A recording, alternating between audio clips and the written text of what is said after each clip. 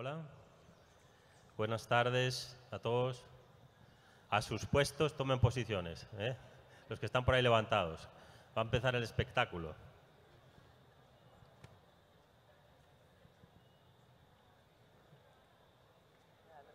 Bueno, para aprovechar el tiempo, que no es mucho para todo lo que tienen que contar los invitados que tenemos acá en este panel, voy a empezar contándoos un poco sobre su trayectoria. Algunos de ellos son muy conocidos y probablemente sería innecesario, pero por aquello de que todo el mundo tenga la misma información y la misma oportunidad, pues lo voy a contar. Voy a hacerlo de izquierda a derecha, aunque podía haberlo hecho primero por las mujeres y después por ellos, pero esto ya no sé si se interpreta bien o se interpreta mal, con lo cual que voy a optar por esta otra alternativa. Lo primero que quiero es dar las gracias a Andoni Luis Adúriz, que en la situación en la que veis haya querido cruzar el Atlántico y no perderse este encuentro con todos vosotros. Gracias por venir, Andoni, y gracias por hacerlo de esa manera. Él es muy presumido y entonces se ha puesto pantalón corto para que se vea la escayola o la bota. Él dice que es un USB con toda la información gastronómica del mundo ahí conectada. Bueno, Andoni Luis Adúriz lidera desde 1998 un lugar que se llama Mugaritz, que últimamente ni siquiera reivindica como un restaurante, porque es un lugar en el que pasan algunas cosas que pasan en los restaurantes porque se come, pero pasan muchísimas otras cosas que no tienen que ver con lo que ocurre en un restaurante normal. Él dice que es un ecosistema creativo en la eterna búsqueda de respuestas. Esto ya dice bastante de lo que inspira su cabeza y de lo que lleva haciendo nada más y nada menos que 20 años.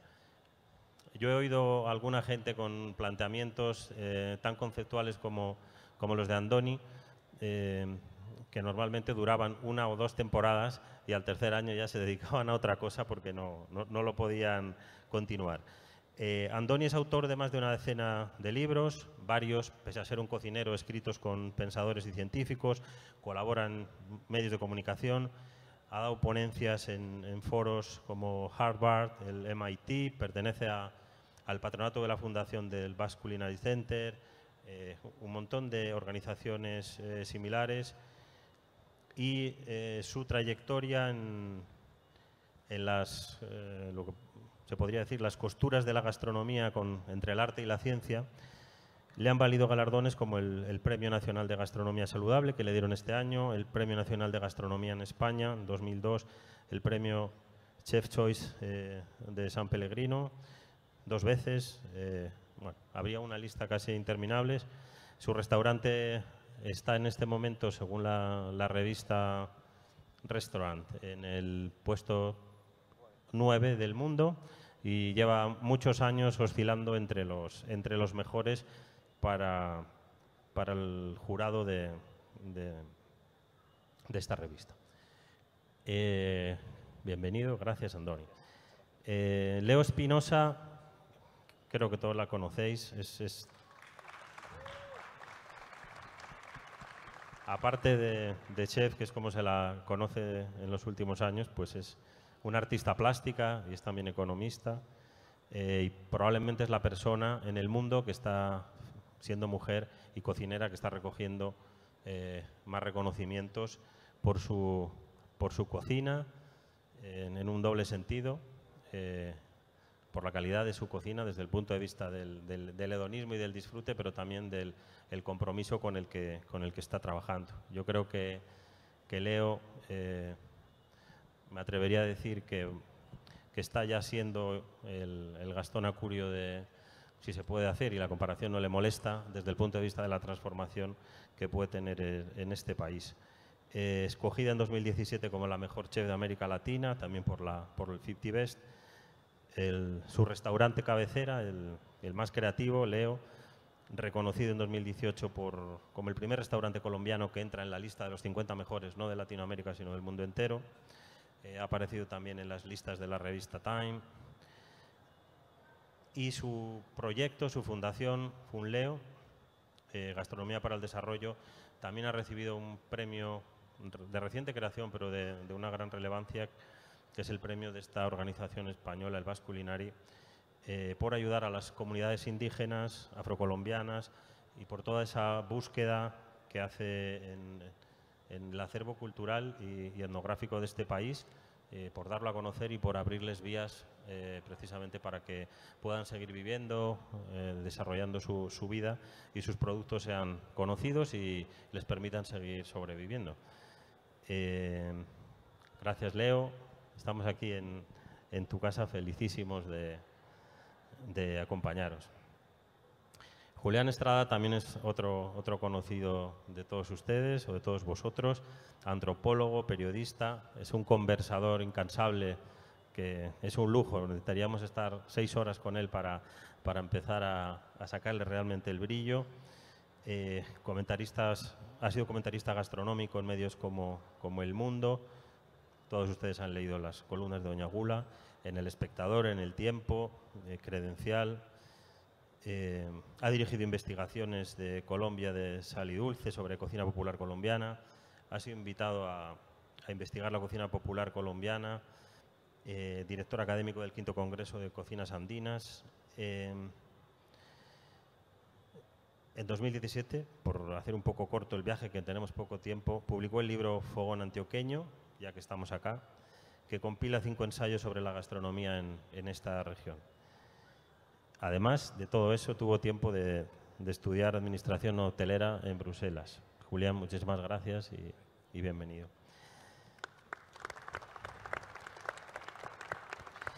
Ocarina Castillo es antropóloga, magíster en Historia Contemporánea de Venezuela, doctora en Ciencias Políticas, profesora titular de la Universidad Central de Venezuela, donde también ha sido secretaria general, directora de Cultura. Ha investigado y ha impartido docencia en el tema de la antropología alimentaria desde hace 12 años y es fundadora de la Cátedra Antropología de los Sabores de la Escuela de Sociología de la Universidad Central de Venezuela. Autora, coautora de muchas publicaciones sobre temas históricos, culturales y gastronómicos, un auténtico pozo de sabiduría sobre las cocinas populares en su país. Muchísimas gracias por acompañarnos, Ocarina. Bueno, yo soy Benjamín Lana, hasta hace bien poco director editorial del Grupo de Comunicación Vocento en España, periodista gastronómico y desde hace un poco de tiempo vicepresidente de Madrid Fusión, el congreso de alta cocina que se celebra en Madrid y bueno, presidente de una división de gastronomía que hemos montado en nuestro grupo. Escribo en algunos de los medios españoles de referencia sobre gastronomía, entre ellos la revista XL Semanal, que es la revista en español con mayor difusión del mundo. Y yo creo que con eso sirve, que no quiero consumir el tiempo en estas cosas. Muchas gracias.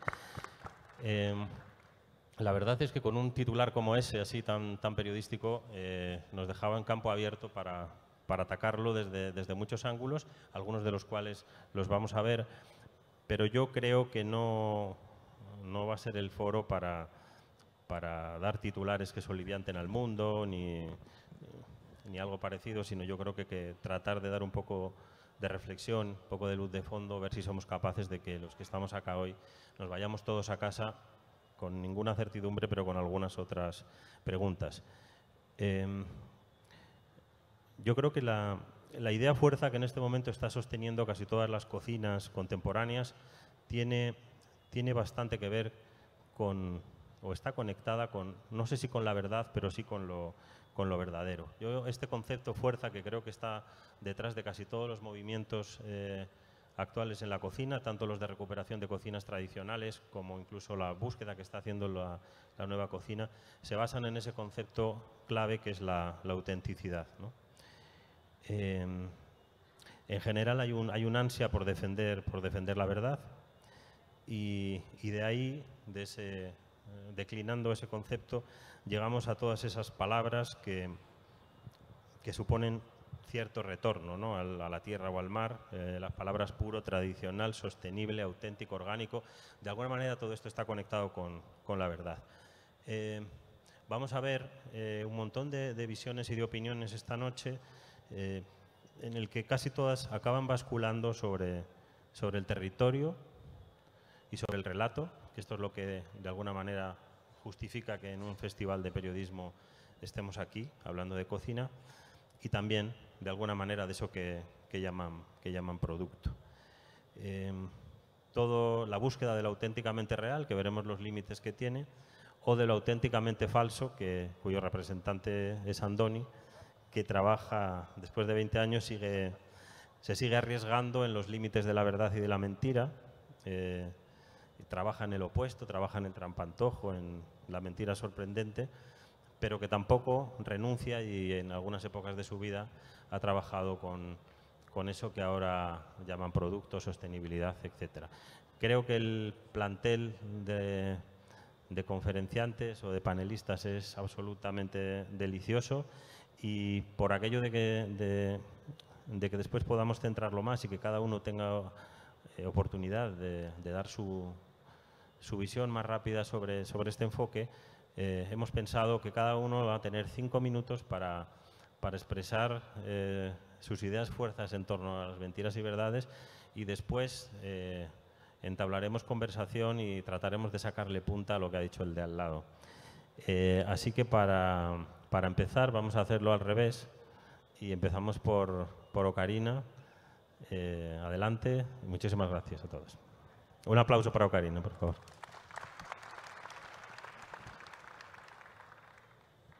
Muy buenas noches.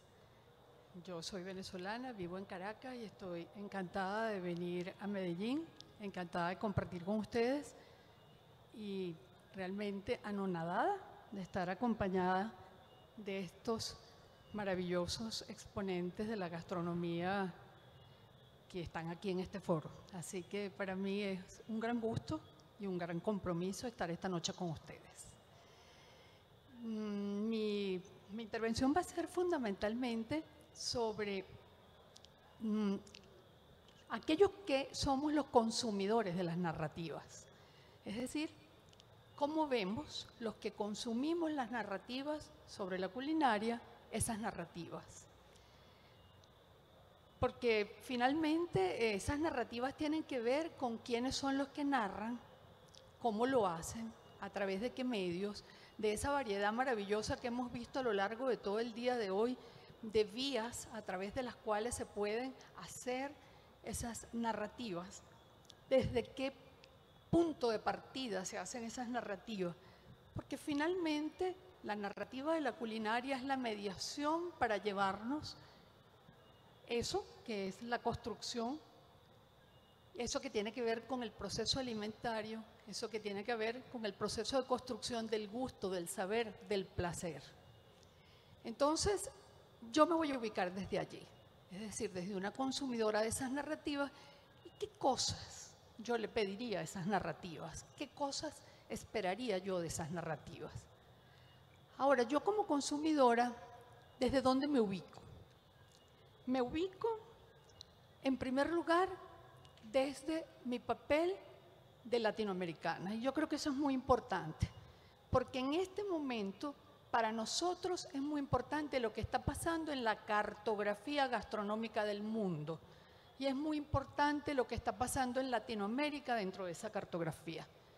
Entonces es muy importante cómo nosotros estamos insertándonos en ese proceso. ¿Desde dónde? Desde dónde nuestras gastronomías latinoamericanas que están empezando a hablar, que están empezando a demostrar, a salir adelante con sus potencialidades, a tener una fuerza muy importante para poder en un diálogo muy especial con otros lugares y con otros patrimonios culinarios, mostrar lo que tenemos y sobre todo para que podamos en ese diálogo hacer muchas cosas juntas y tener muchas fusiones y tener muchos elementos a partir de los cuales construir cosas diferentes que tengan que ver además con unas posibilidades dentro de un planeta que tiene grandes amenazas en materia alimentaria.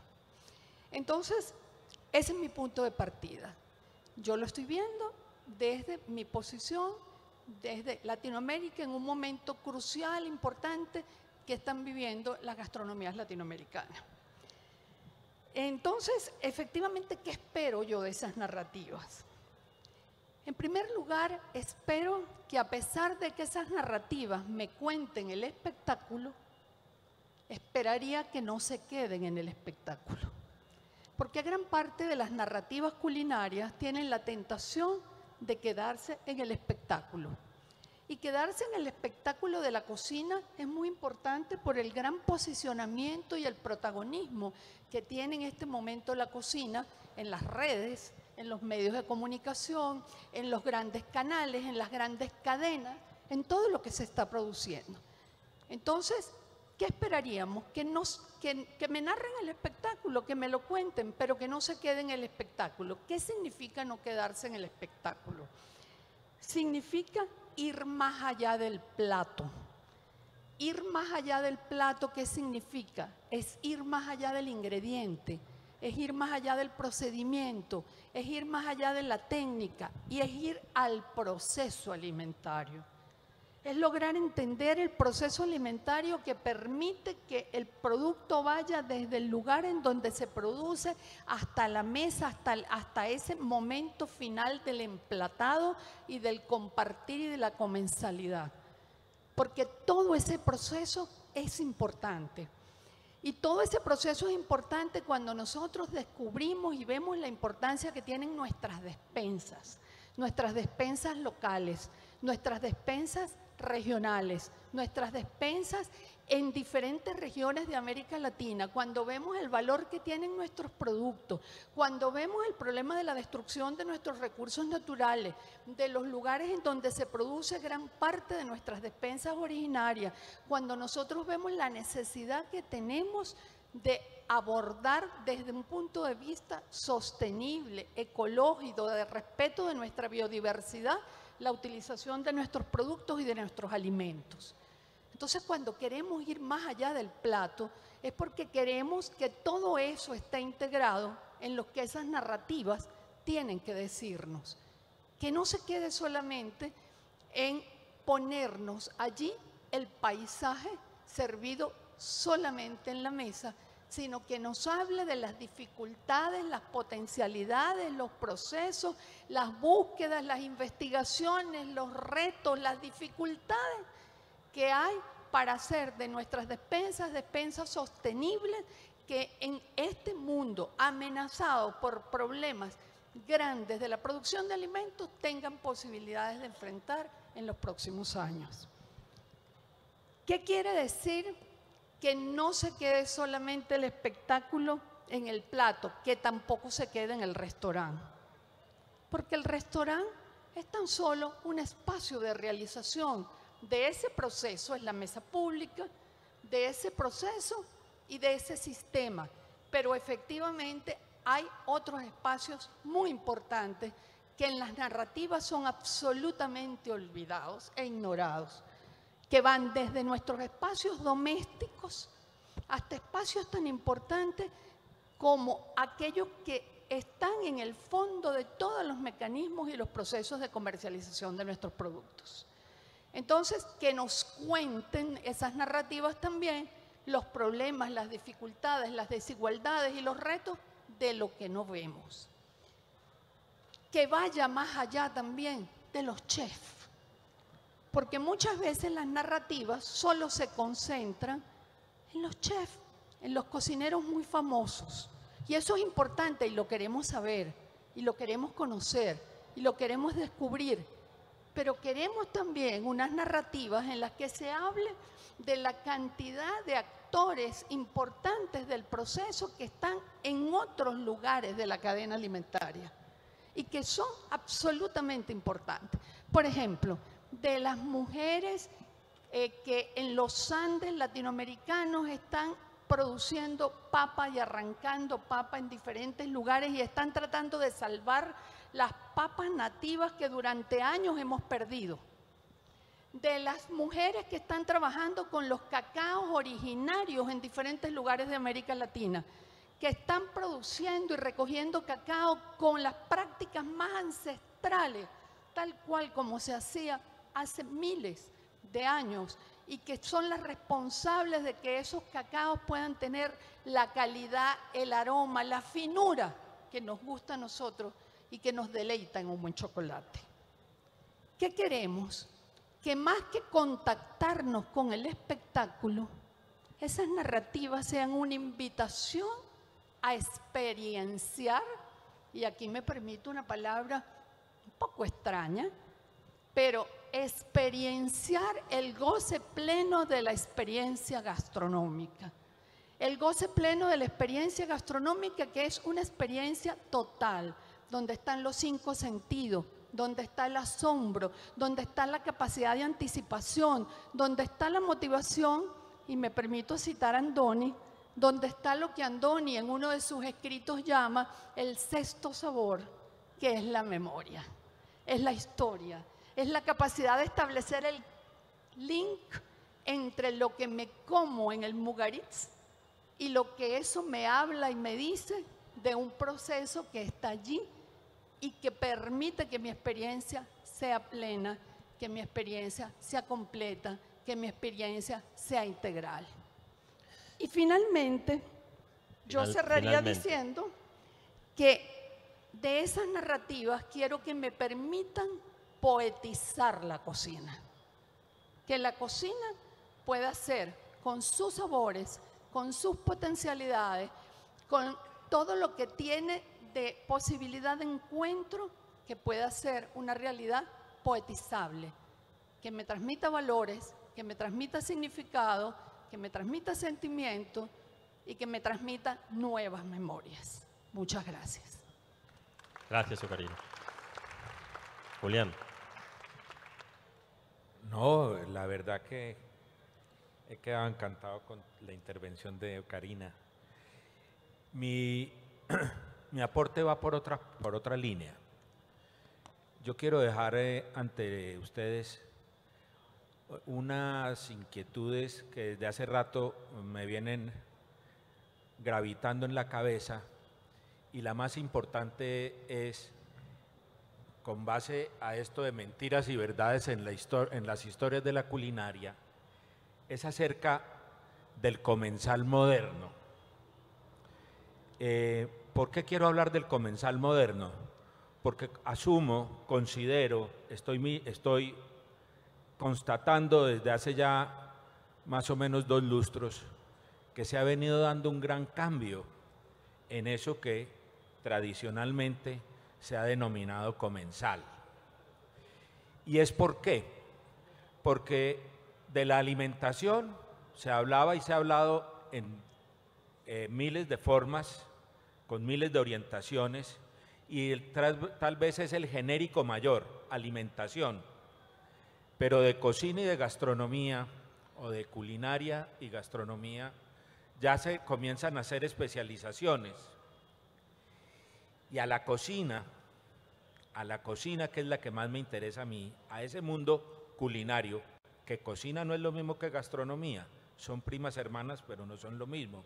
No es el punto ahora de entrar en esa depuración, pero a la cocina le han surgido vasos comunicantes también en los últimos 20 años, y esos vasos comunicantes son ni más ni menos disciplinas científicas, comillas, como la nutrición, la dietética y la ingeniería de alimentos.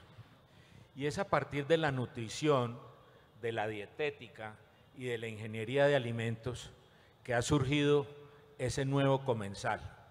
Adiós al sibaritismo, adiós a la buena mesa. Ya el hombre de hoy, el comensal contemporáneo, que se ubica más o menos en unos rangos generacionales y que se ubica más o menos también geográficamente en los grandes centros urbanos y en estratos sociales medios y altos. No es un problema de campesinado, no es un problema de la ruralidad, es un problema del mundo contemporáneo y que las redes contribuyen mucho a que se haya consolidado ese comensal moderno. Y ese comensal moderno, para mí, y aquí entra la polémica, se caracteriza por ser fundamentalmente hipocondríaco y narcisista. Es decir, no vive sino en función de ver la ficha técnica que trae el alimento y saber si va a consumir las proteínas que son, y los hidrocarburos y las vitaminas, en fin, pero manda pa'l carajo el buen sabor y el proceso culinario.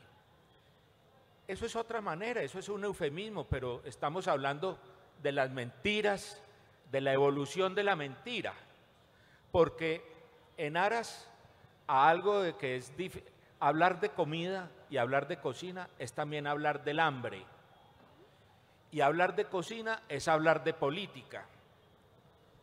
Y entonces, en este segmento de clase, en estos centros urbanos, y ante el surgimiento y la consolidación de la nutrición, de la dietética y de la ingeniería de alimentos, la industria de la alimentación y la comercialización de alimentos se han convertido en un verdadero cuestionamiento de si las cosas que estamos comprando son lo que son y si ese marketing de la alimentación nos está entregando una alimentación, comillas, la verdadera. En el dilema del omnívoro, Michael Pollan, el gran productor de ese cuarteto de documentales que se ve en Netflix, Chef Table, ¿es? ¿Sí? La carne, perdón, el fuego, el aire, el agua, y me queda faltando y la tierra. Michael Pollan, en el dilema del omnívoro, hace una sola, no voy a hablar, no voy a dar estadísticas, pero hace una cifra, hace una reflexión y da una cifra, un porcentaje que es realmente espeluznante. Él afirma que el 98% de los productos que hoy se venden en la media de los supermercados norteamericanos son completamente apoyados o no tienen la sustentación que la ficha técnica dice tener. Julián, el 98. Te añado un detalle también de Michael Pollan. Él se refiere y distingue lo que él llama comida de lo que llama alimento. Voilà. ¿No? Entonces dice, todo eso puede ser comida, pero no es alimento, ¿no? Bueno, y entonces, para cerrar y dar continuidad, esa línea que vengo comentando del comensal moderno y que el marketing y de todo lo que la nutrición, la dietética, la ingeniería de alimentos ha venido consolidando en ese comensal moderno, para cerrar con broche de oro, quiero traer a cuento los dos adjetivos que más me llaman a mí la atención hoy por hoy, también en este mundo de la comensalía contemporánea: light y gourmet. Y bio. Dos mentiras absolutamente permanentes y que hacen delicias, ¿sí?, del marketing y en las redes. Para finalizar, no les digo sino que las empresas productoras de cuidados de animales, de perros y de gatos, ya tienen Dog Gourmet. Pues bueno, ahí vamos. Yo creo que les dejo para que vamos conversando. Sí. Bueno, ya vemos el peso que tiene. Muchísimas gracias, Julián. El peso que tiene la palabra en la propia construcción del concepto de alimento, ¿no? Cómo al final se modifica aquello que vamos a comer dependiendo de cómo lo llamamos, hasta el punto de conseguir confundirnos. Bueno, no sé si es casualidad que al final la palabra y la comida compartan un espacio casi único que es la boca, ¿no? Hay una conexión absolutamente atávica. Leo. Buenas noches. A mí sí me Gracias. queda muy jodida esas dos posiciones después de ser como cocinera, ¿no? Porque Vamos a darnos con las ollas, Sí, vamos a darnos. con el caldero. Porque Con el caldero. con el caldero.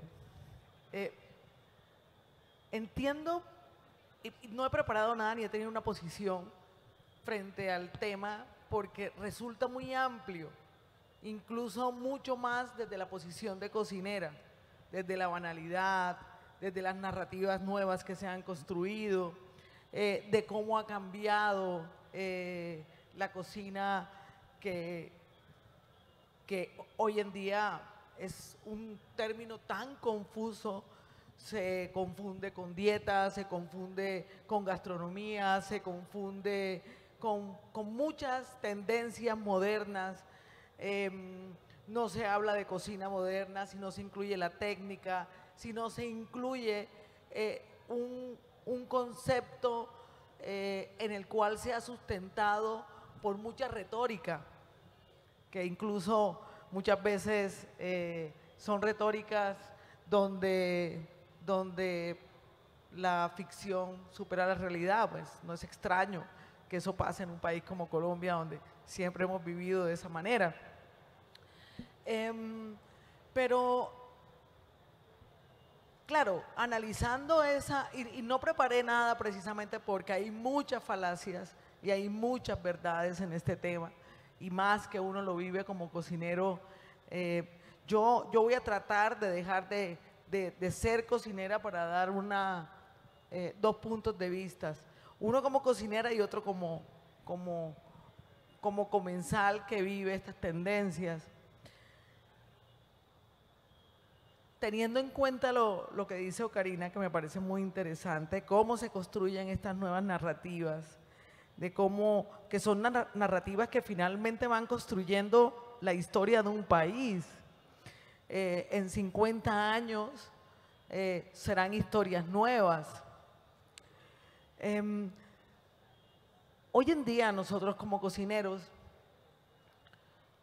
creo que hemos cambiado, ya sea por una tendencia, hemos cambiado ya sea por estar a la moda, por esa misma banalidad que invade todo el concepto. Y hemos empezado a construir unas historias donde muchas veces son una mentira, ¿sabes? Sustentamos nuestro concepto culinario sin tener en cuenta que existe una relación entre todos los actores de una cadena productiva. Decir, por ejemplo, contar una historia de un alimento, de un ingrediente, sin vivirlo, ya es una gran mentira. Y yo quiero hacer referencia a esto, ya es una posición más de lo que pasa, por ejemplo, vamos a casos más puntuales, con la cocina colombiana y lo que se denomina nueva cocina colombiana. Son muy pocos los cocineros que han tomado este liderazgo de una nueva cocina colombiana sin vivir el territorio y la relación del alimento en el territorio, sin tener en cuenta la relación que esto implica a través de una historia, de una memoria histórica, la vida del hombre en el territorio, la vida, lo que le produce la tierra, los factores socioeconómicos que lo han influenciado y que han cambiado y que han generado otras cocinas como las cocinas de la necesidad. Entonces, creamos un menú en el cual estamos utilizando unos ingredientes, pero que no se conoce realmente. Y me pregunto cómo entonces se puede narrar una nueva historia de un ingrediente de la biodiversidad colombiana sin reconocerlo. Y ahí está el gran error, porque al final lo que se narra es una cocina equívoca, como lo que está pasando. Estamos viviendo una nueva tendencia, una nueva forma de expresar la cocina colombiana, pero con una gran falacia detrás, porque los ingredientes se sienten y para poderlos plasmar hay que hacerlo, que es una cocina de vivencia. Desde el punto de vista como una persona que ama salir a restaurantes y ama la buena mesa, ama la investigación y ha recorrido el territorio colombiano en su gran parte, digamos que en un 70%. Siento que el consumidor moderno, y haciendo referencia a lo que hablaba mi amigo Julián, como una cocinera que vive expuesta a ese consumidor moderno, es un consumidor que realmente no es tan moderno en el caso de Colombia. Es moderno en el sentido en que está lleno de una gran cantidad de torpezas, porque primero va a un restaurante, desconoce también, no se alía con la propuesta del cocinero, sino que llega con una arrogancia, y esa frase tan cierta, usted no sabe quién soy yo. A mí me sorprende en mi restaurante cuando llega alguien, hace como 20 días llegó una señora, de esas señoras rolas bogotanas, y me dice, vamos a ver cómo nos va. Mi marido es chef. Entonces yo le dije, ah, sí, ¿y en qué cocina trabaja? ¿Qué restaurante dirige?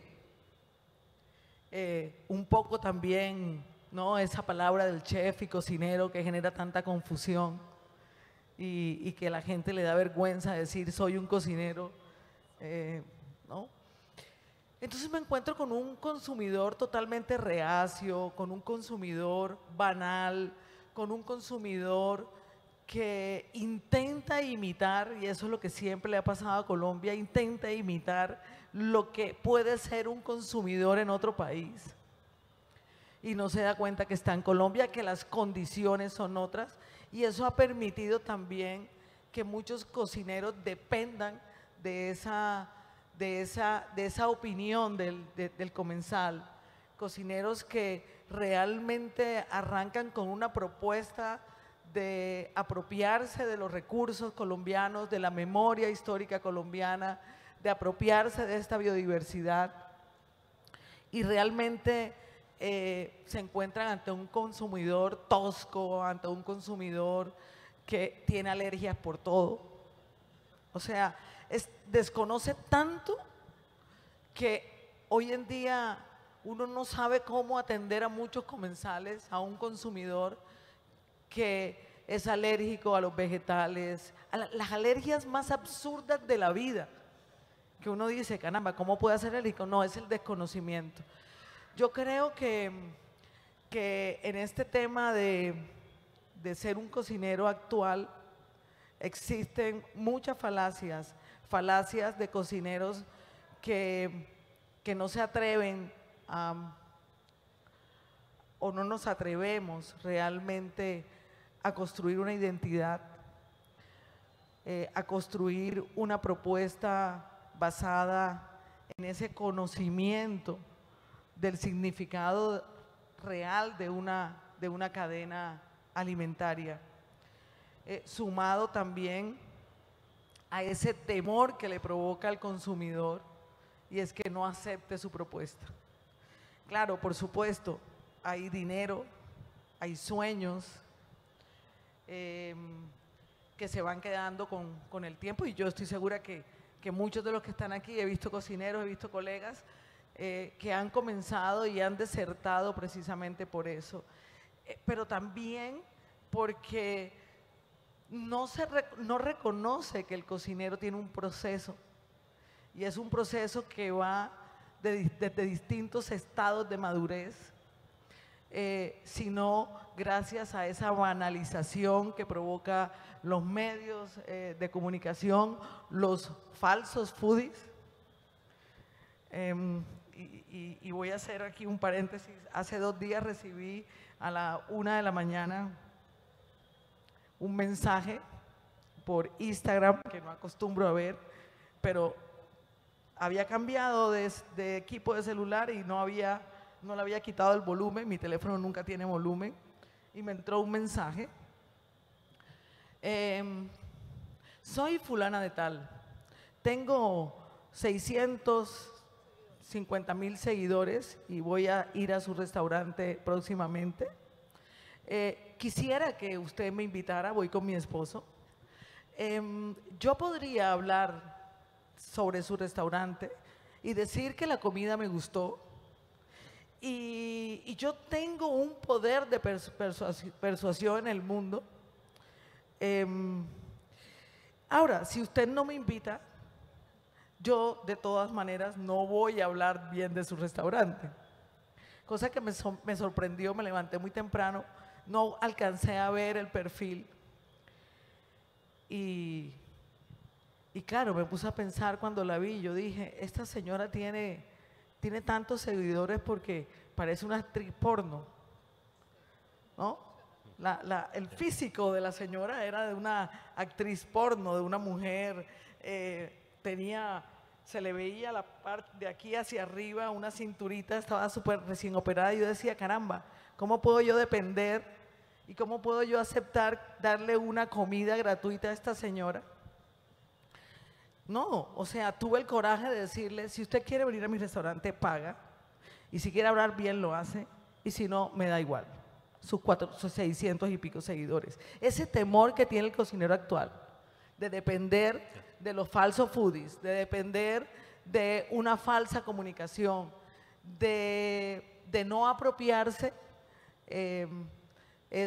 ha generado una gran banalidad, y de seguir a estos cocineros que se han estereotipado con estos programas que hay sobre cocina, que han estereotipado a un cocinero cruel, un cocinero sin sentimientos.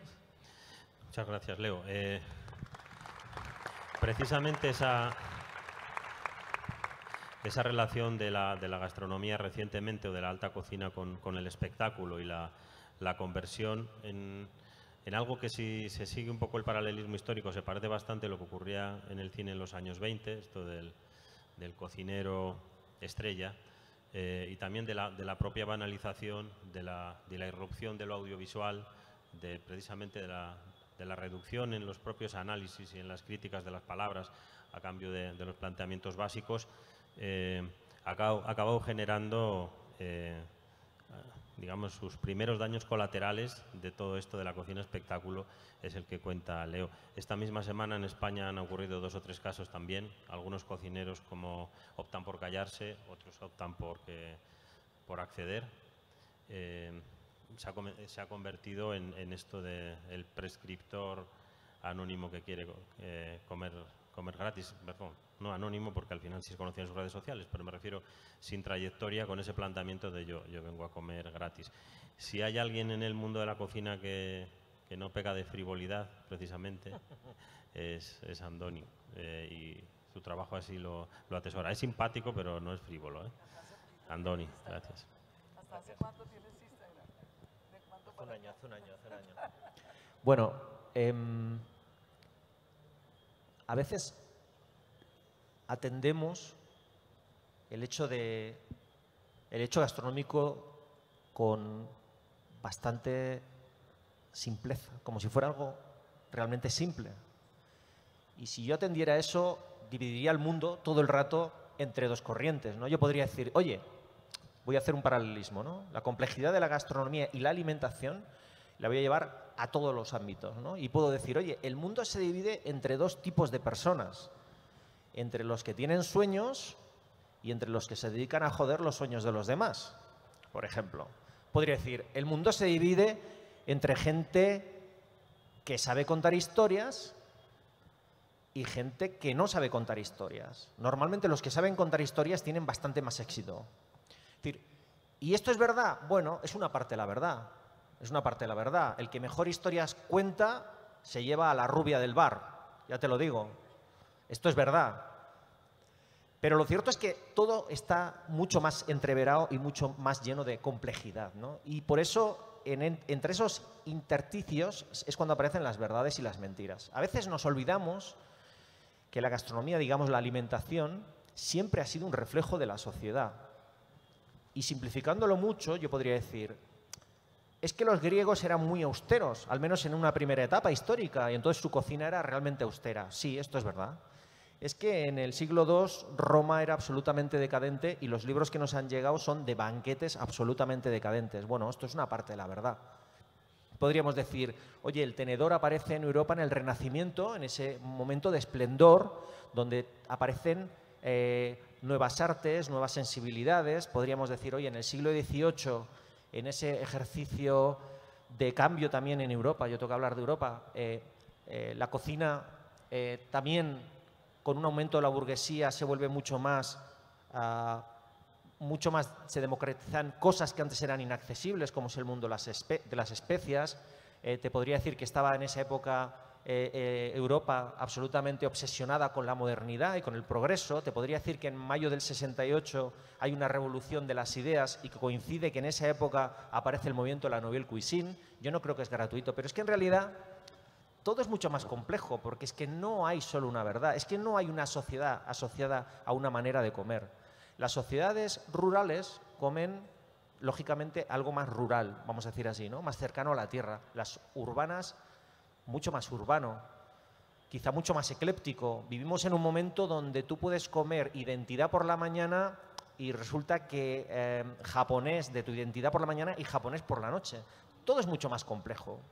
Y este es el momento que nos toca vivir, un momento convulso, lleno de información, muy cacofónico, con muchas contrariedades, con opiniones enfrentadas, encontradas, y esto es con lo que tenemos que vadear, ¿no? Entonces, quizá la primera falsedad es entender que esto es sencillo y que podemos tomar posición de forma muy rápida, ¿no? Cosas que se nos olvidan, que tenemos una responsabilidad como comensales, que la cocina no es patrimonio de los cocineros, que las abuelas, por el hecho de ser abuelas, no cocinan bien todas. O sea, hay abuelas que cocinan como el culo. Y es que parece que el término abuela es algo así como un título vitalicio de cocinero Masterchef. Ya por el hecho de ser abuela, cocinas bien. Bueno, por favor, yo conozco más abuelas que cocinan mal que abuelas que cocinan bien. Bueno, entendamos que entonces cuando la industria alimentaria nos vende mermeladas de la abuela, bueno, pues si te lo quieres creer, si quieres te lo crees, pero bueno, no sé. También tenemos que asumir una responsabilidad en esta complejidad como comensales, ¿no? Y a veces se nos olvida, y esto es de Michael Pollan, por cierto, ya sabéis que el dilema del omnívoro, no sé si ha habido más ediciones en español que la que hicimos nosotros en España, pero el dilema del omnívoro la editamos nosotros. O sea, yo fui el editor, porque no lo editaba nadie. Pero curiosamente, si no es en ese libro, es en algún otro de Michael Pollan, te recuerda un hecho muy simple, y es que cada vez que nosotros comemos es una forma de votar. Hay un ejercicio de absoluta democracia. Pensamos que estamentos enormes, grandes corporaciones, contubernios de gobiernos, extraterrestres que aterrizan, se disfrazan de abuela, por ejemplo, condicionan todo lo que nosotros comemos. Y al final lo que tenemos que entender es que la suma de pequeñas decisiones de nosotros como individuos que consumimos pueden generar cambios tremendos, porque a cada bocado nos comemos el planeta, a cada bocado decidimos quién vive y quién muere, qué sistemas, qué industrias van a continuar en el futuro y se proyectan hacia el futuro y cuáles van a desaparecer. El relato es muy importante en todo esto para poder darle valor a aquello que solamente a veces atiende a cuestiones meramente monetarias, económicas. Es decir, aquí no sé, pero en Europa hay un problema y es que elementos que tienen que ver con lo local, con el patrimonio cultural de pequeñas comunidades, resulta que son productos más caros que los que vienen de fuera. Es decir, Y luego hay muchas más falsedades, no me atrevo a decir tanto como falsedades, como simplemente el hecho de que necesita mucha más pedagogía, ¿no? El tema de la sostenibilidad.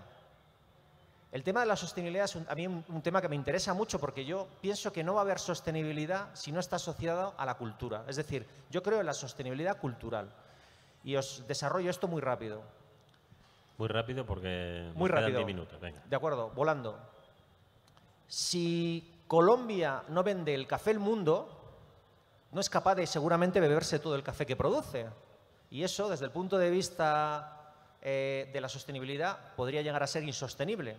Pero voy más allá. Es que gracias a que él llega a mercados globales, seguramente puede llegar a soñar, se puede llegar a soñar con acceder a la excelencia en el ámbito del café, pudiendo señalar y ponerle un precio más alto a productos que si simplemente se consumieran en el ámbito local estarían muy condicionados por su mercado y seguramente por ese precio. Es decir, lo excepcional está llegando en el ámbito de la gastronomía, el hedonismo, a través de la posibilidad de compartir.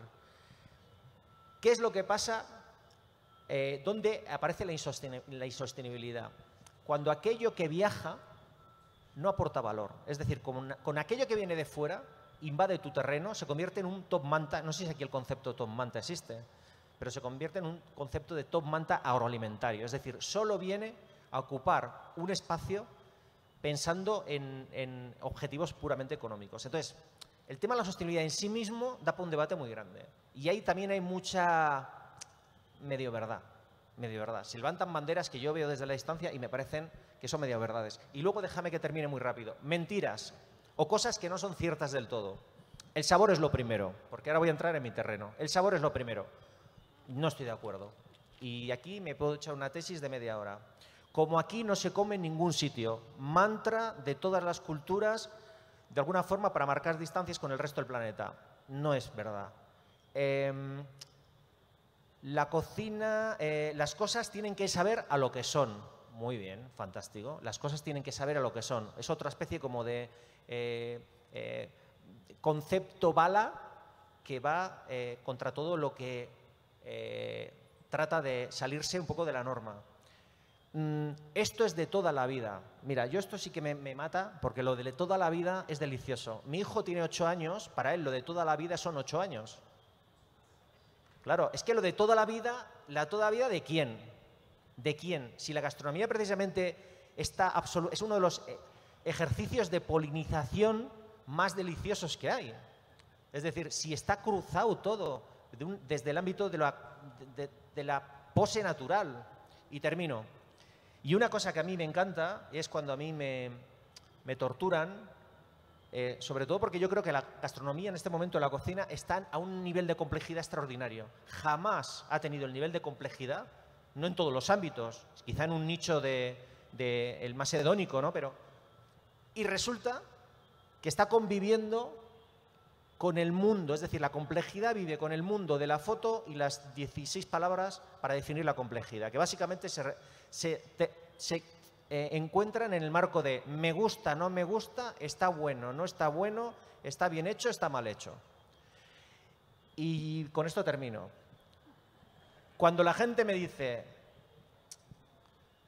Andoni, en relación al relato, yo digo, mira, Mugaritz es un restaurante que si lo vacías de relatos, solo queda la materia.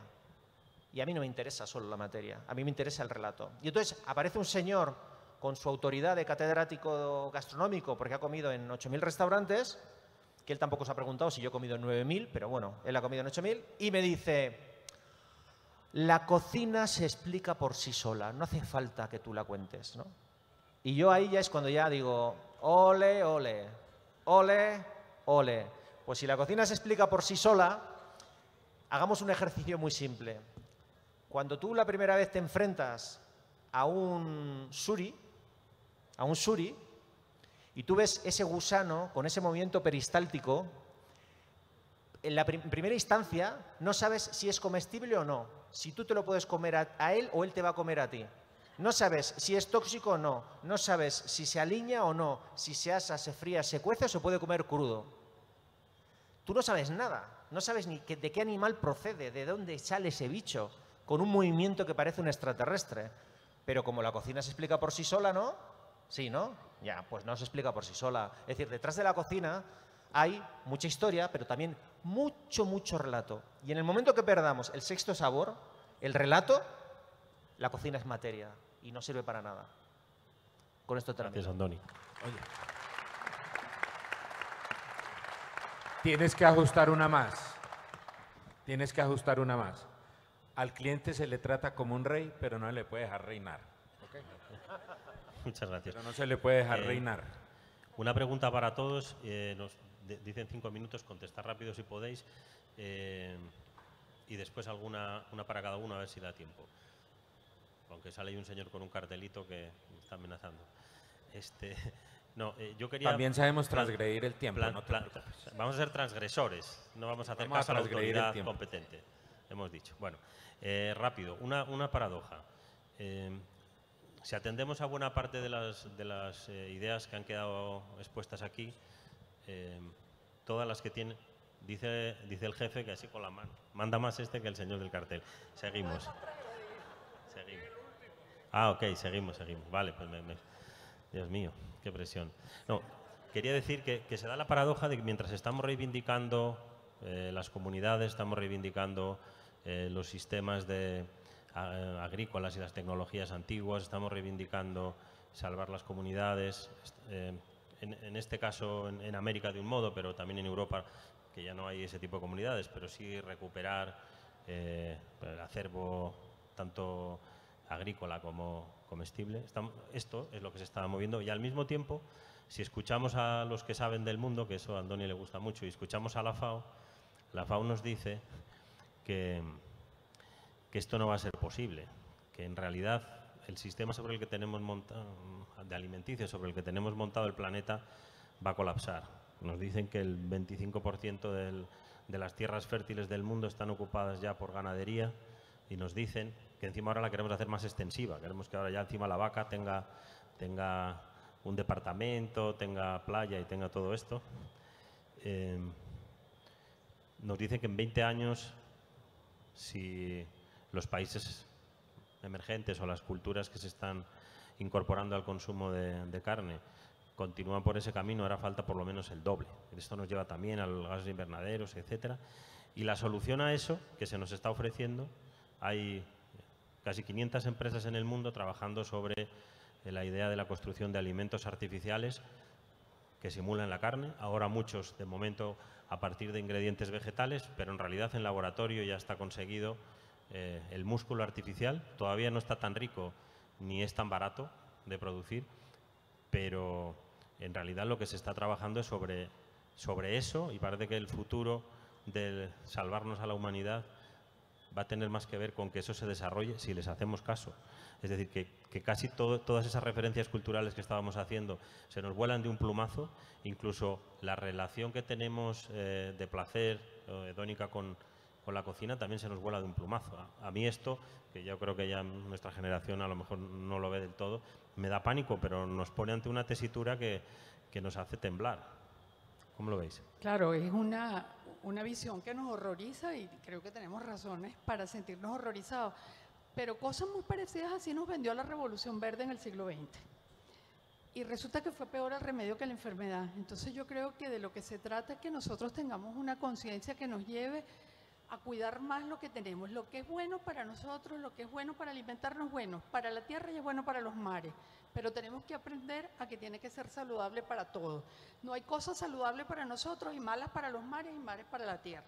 Entonces nosotros tenemos que tener conciencia de eso, tenemos que pasar de una vida totalmente egocéntrica a una vida mucho más ecocéntrica, en donde tengan sentido otras cosas. Nosotros hemos hablado aquí de una manera quizás muy por encima, porque no es el tema para profundizarlo en este momento, de la sostenibilidad y de la biodiversidad, pero también pudiéramos hablar del desperdicio de alimentos. Nosotros somos una sociedad consumista que ha desperdiciado una gran cantidad de alimentos, que no ha cuidado una cantidad de cosas, que hemos tenido unas posiciones a veces hedonista, a veces simplemente consumista, a veces simplemente egoísta, a veces simplemente favoreciendo desigualdades muy grandes. De lo que se trata es que nosotros tengamos una posición ética, ecológica y humanista ante muchas de esas decisiones y cuidemos mucho más lo que consumimos, lo que comemos, lo que producimos, cómo lo repartimos.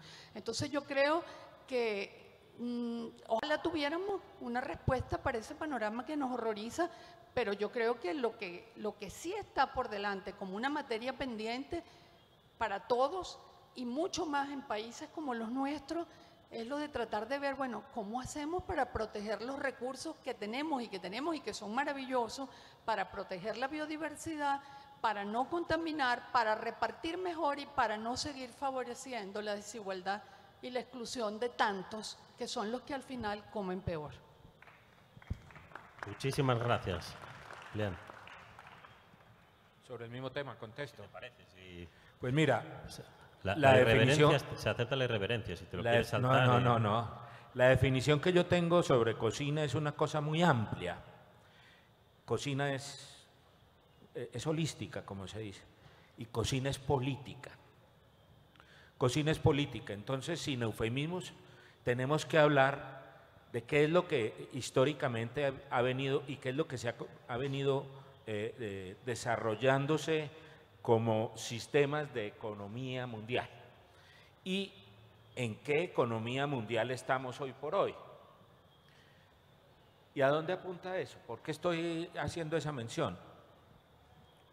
Porque yo creo que estamos en un mundo equivocado en términos de considerar que esta economía de libre mercado es la que nos va a resolver el asunto.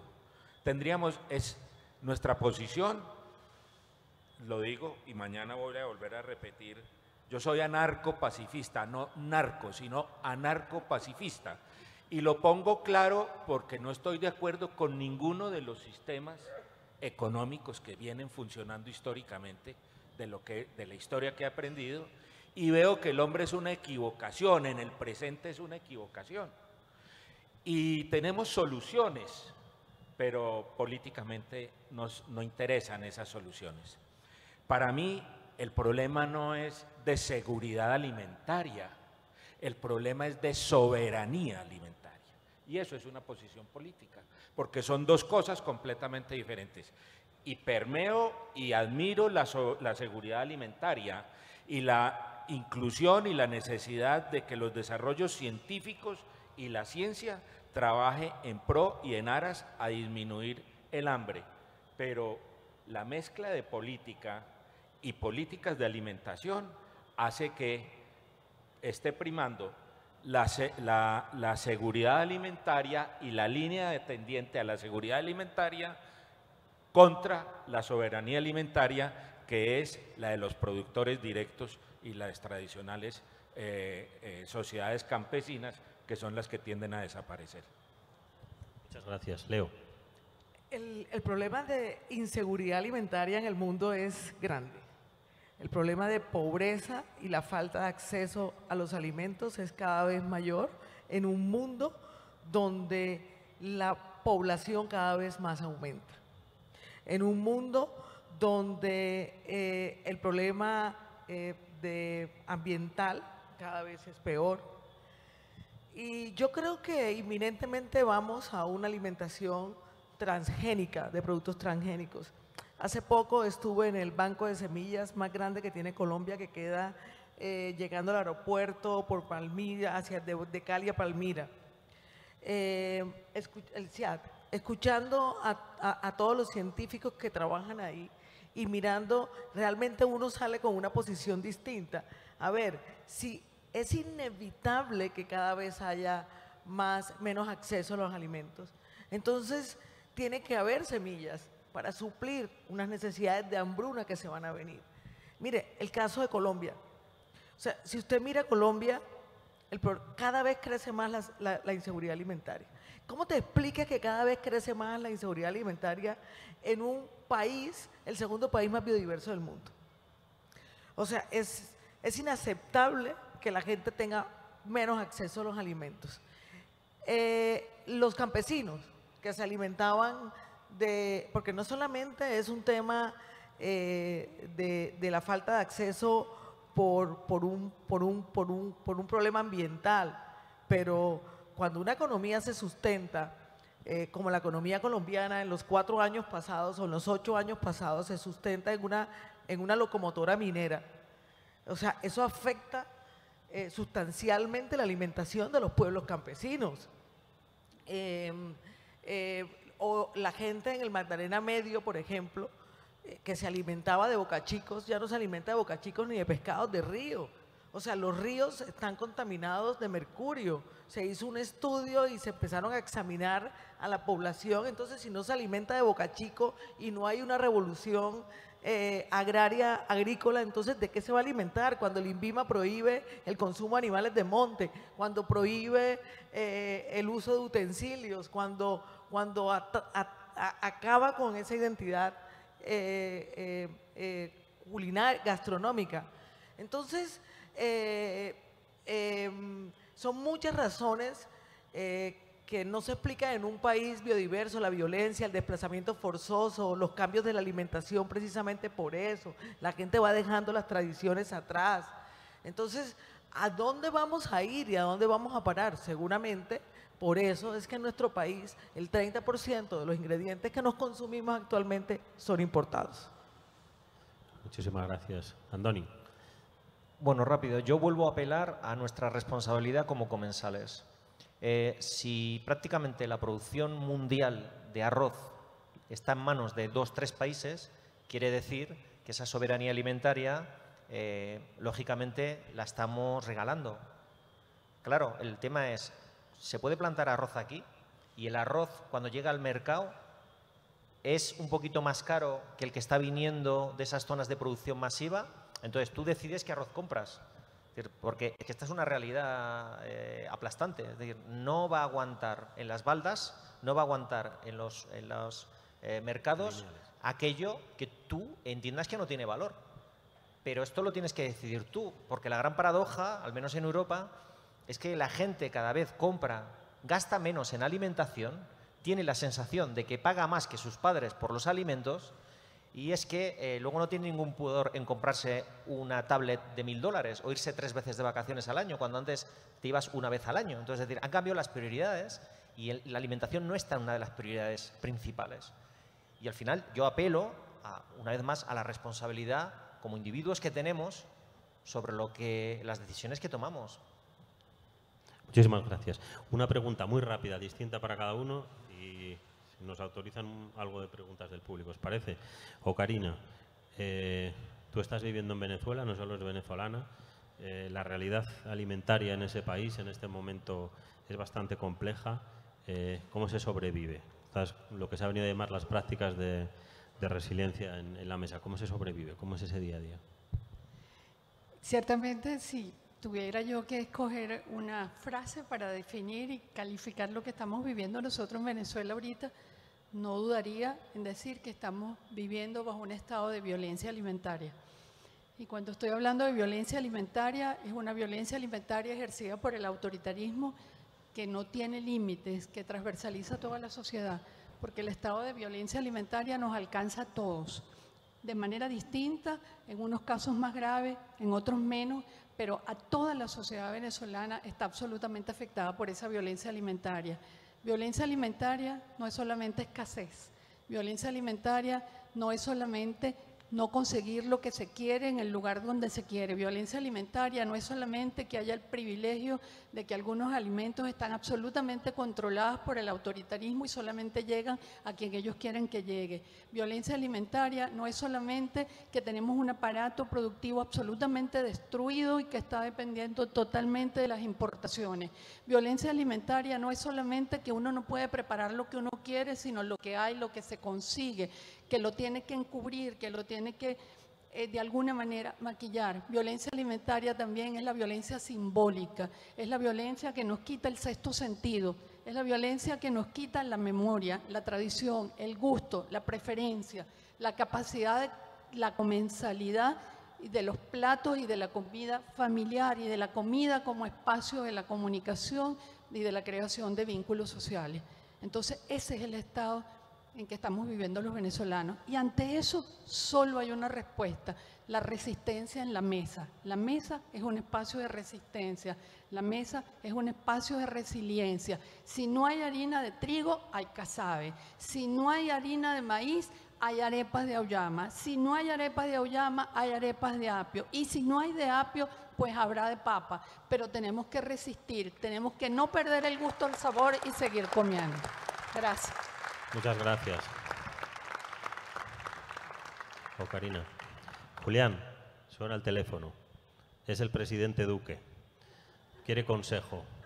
¿Qué 3 consejos le darías que tenga Muy ocupado. Yo con el señor no hablo.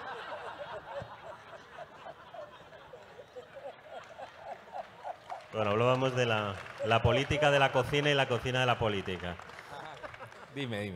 Estabas de paseo y te dejaste el teléfono en casa, ¿no? Como haces habitualmente. Bueno, pero finalmente Le llega voy a a ti. decir que yo los miércoles no hago nada, y también descanso. No tengo tiempo para pasar al teléfono. Dime, No, dime. la pregunta era, ¿cuál crees que pueden ser 2 o 3 decisiones importantes para que todo ese acervo gastronómico de las cocinas colombianas ayuden al progreso del país, sin destruir? Mira, hay políticas de gobierno y hay políticas de Estado, y son 2 cosas totalmente diferentes. Entonces, en esto de las políticas agrarias y de producción agrícola, necesitamos no políticas de gobierno, sino políticas de Estado. Y ahí es donde tenemos...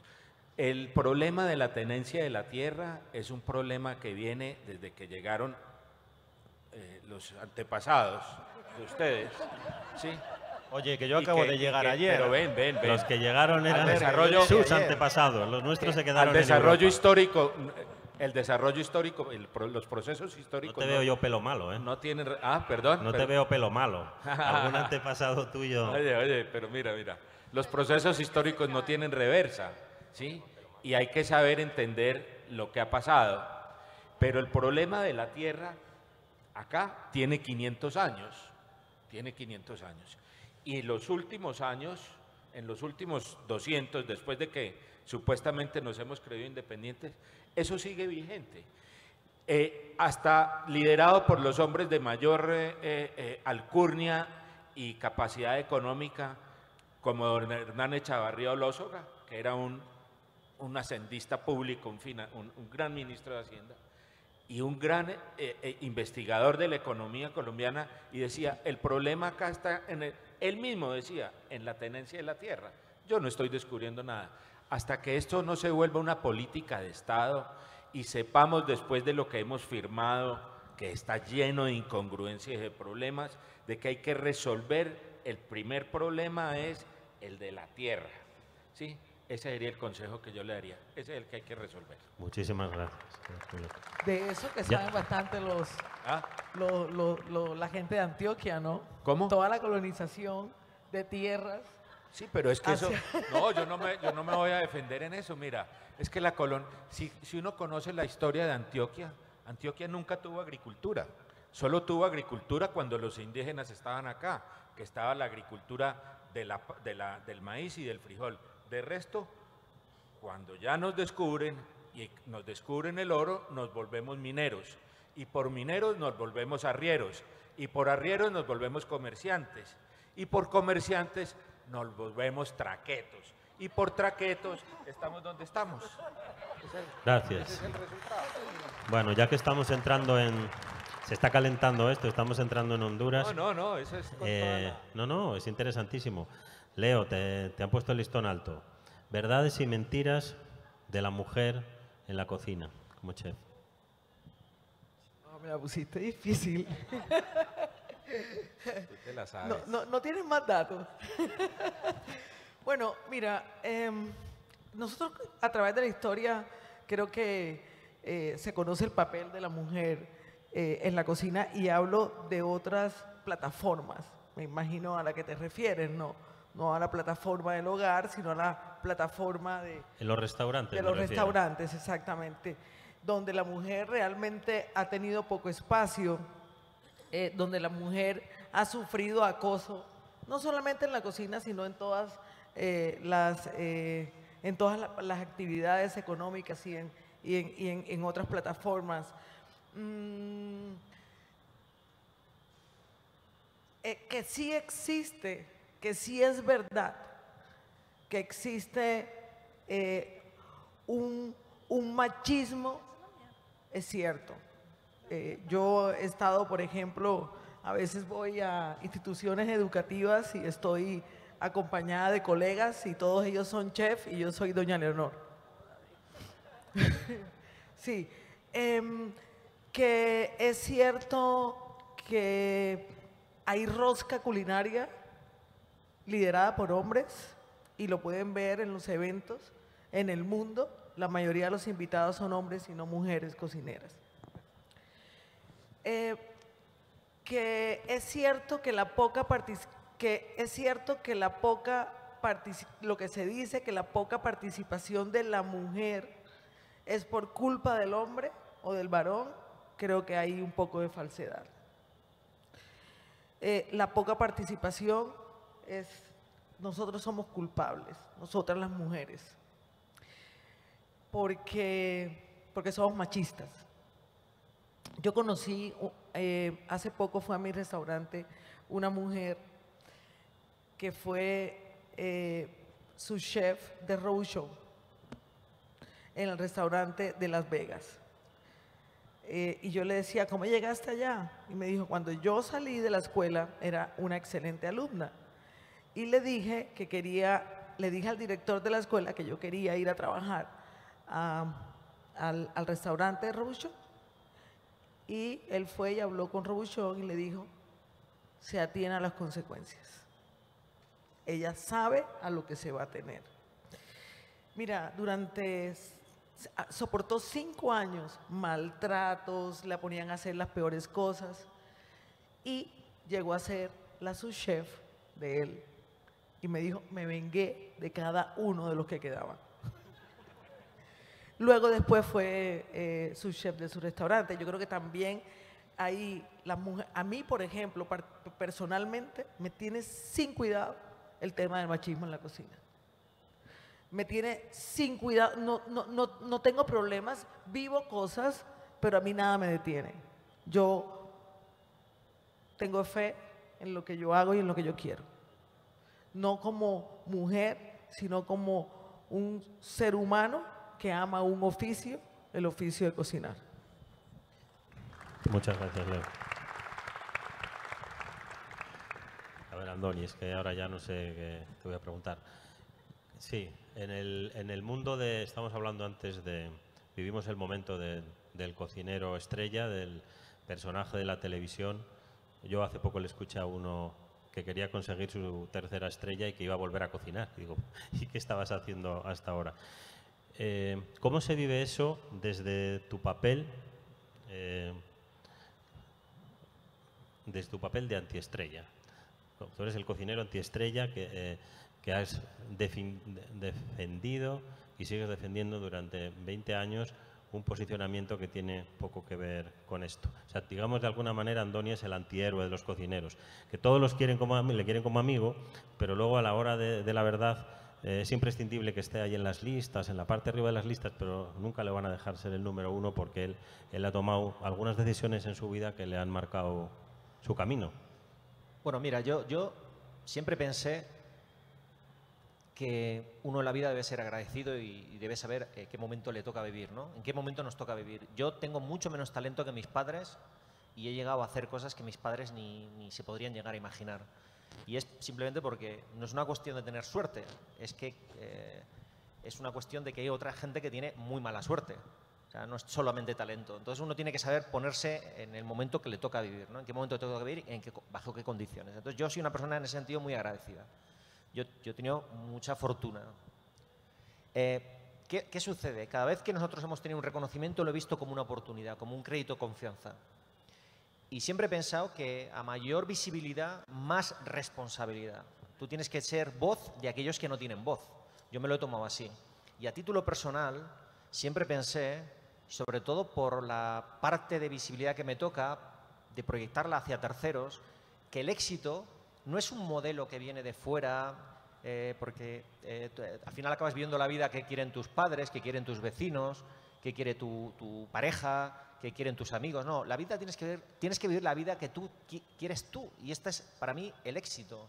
El éxito no está en conseguir muchas estrellas. El éxito está en igualar tus sueños a la realidad con la que tú convives, ¿no? Entonces, yo claro que quiero todos los premios del mundo. Yo quiero ser el número 1 del mundo, quiero ser muy guapo, quiero ser alto, quiero ser eternamente joven. Ahora, la pregunta es, ¿a qué precio?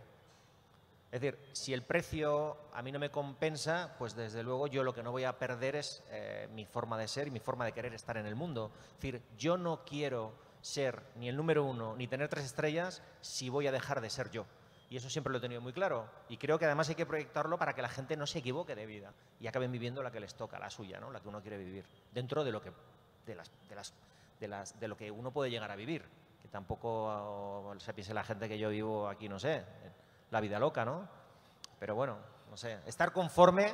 Mira, lo peor que hay en la vida, lo peor, con esto termino, creo que esto no debemos olvidarnos nunca, es que yo creo que lo peor que te puede pasar es levantarte un día, mirarte en el espejo y decir, no soy mi tipo, ¿sabes? Muchas gracias, Andoni.